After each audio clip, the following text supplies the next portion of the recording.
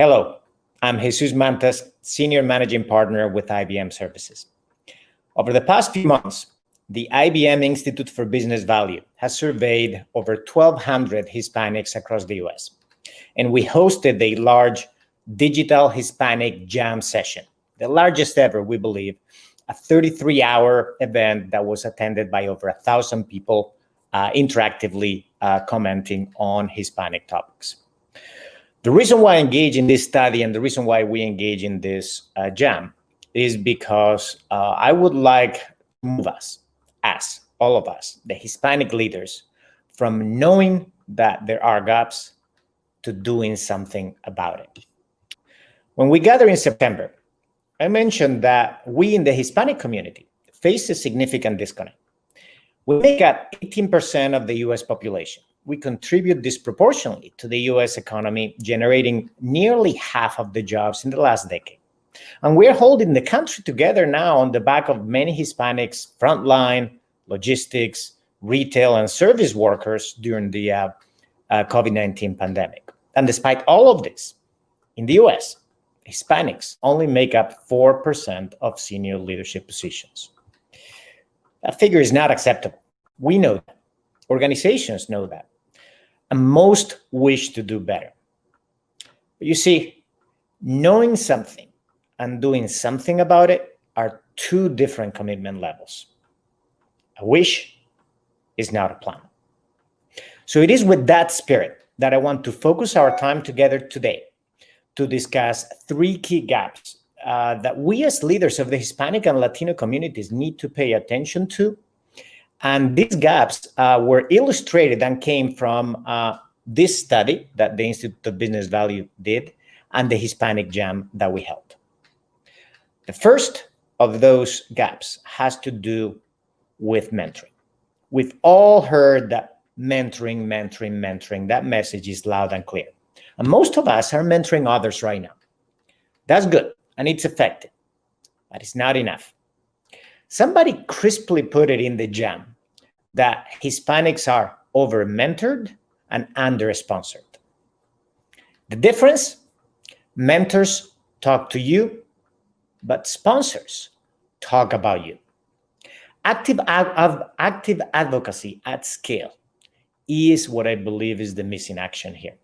We need sponsors who will step up and engage others on behalf of Hispanic professionals, especially younger professionals. That is what will move the needle of performance.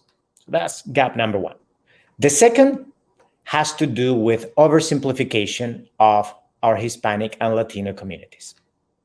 You see, our Hispanic and Latino communities talked about as though if it would be a single block, when in reality, we all know it's massively diverse.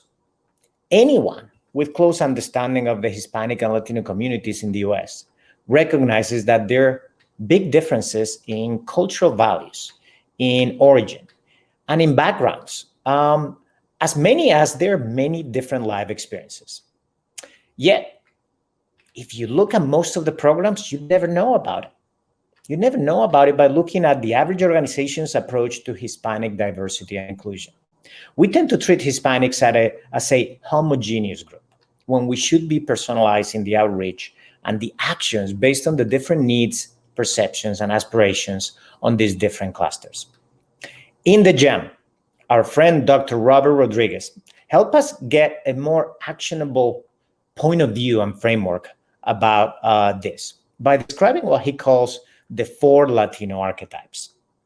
The invisible Latino are the people that choose to downplay the Hispanic heritage at work because they want to cover for it, or they don't feel it's relevant, or they prefer not to be labeled.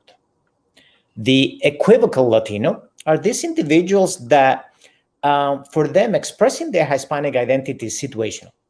Sometimes they lean into it when they're with other Latinos, but then sometimes they minimize or conceal it in other contexts.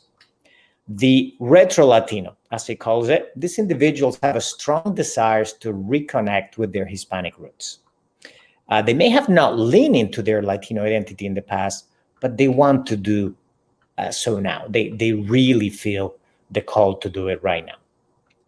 And then, fourth, the unapologetic Latino. These are individuals who they see the Hispanic identity as an asset, as a source of strength. They acknowledge it and they celebrate it. So think about that. These are two very different personas, two very different aspirations, two very, very different ways to act, to think, to feel, and to say things. So the empathy maps of these personas, they happen all to be Latinos, but they need to be considered when we are creating outreach and programs. And that is the call to action, is we really need to make sure that as we are creating programs, we don't create homogeneous Hispanic or Latino programs. We need to personalize to the people underneath, one level down, to make these programs a lot more effective, because different Hispanics and different Latinos will react differently to these same programs. And then the third gap, and the most troubling gap in my view, is that I've learned to see all the data now and put it all together and see that we're really failing the Latinas in our community. It's what I call the gap inside the gap. We're all familiar with the fact that Latinas are a dominant entrepreneurial force. They run 44% of all Latino businesses. And if you look at last decade, they drove nearly half the growth of the new Latino businesses. And we also are aware in the US, and frankly, it's a global phenomenon, about the gender gap and the gender wage gap. So when you look at Latinas have a double gap. They're penalized because they're Hispanics or Latinas, and they're penalized again because they're women. So when you put it all together, on average, Latinas in the US are paid 45% less than equivalent white men and 30% less than equivalent white women. And to be clear, Latinas are the ethnic group that are paid the lowest with respect to other women. So they make them the lowest earning female group among females. So put it in perspective. Let me just give you a framing.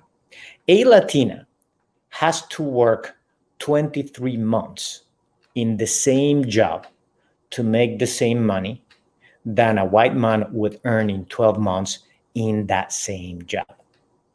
23 months to 12 months, same job, just because they would be Latinas on average. So what are we going to do? These are the three issues that in our study, in our jam, they're very clear. They're very obvious. The insights are there, but what are we going to do about it, right? So we asked, one of the polls in the jam was, do we believe that business executives are doing enough to pave the way for the success of the next generation of Hispanic leaders? May not be a surprise to you. 83% of all of the jam attendants said, no, we're not doing enough. That's sobering. And when I say we are not doing enough, I actually mean it. We are not doing enough. I think it has to start with us, the Hispanic leadership community.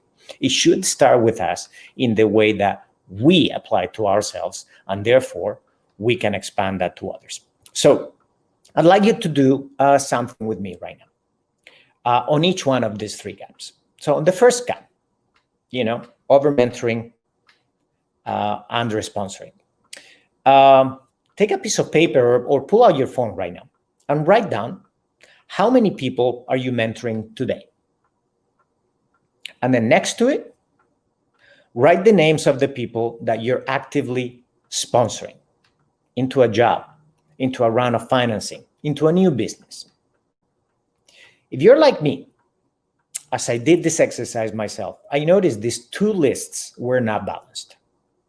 I had a longer list of the people that I was mentoring and a shorter list in the people that, if I'm honest with myself, I was sponsoring.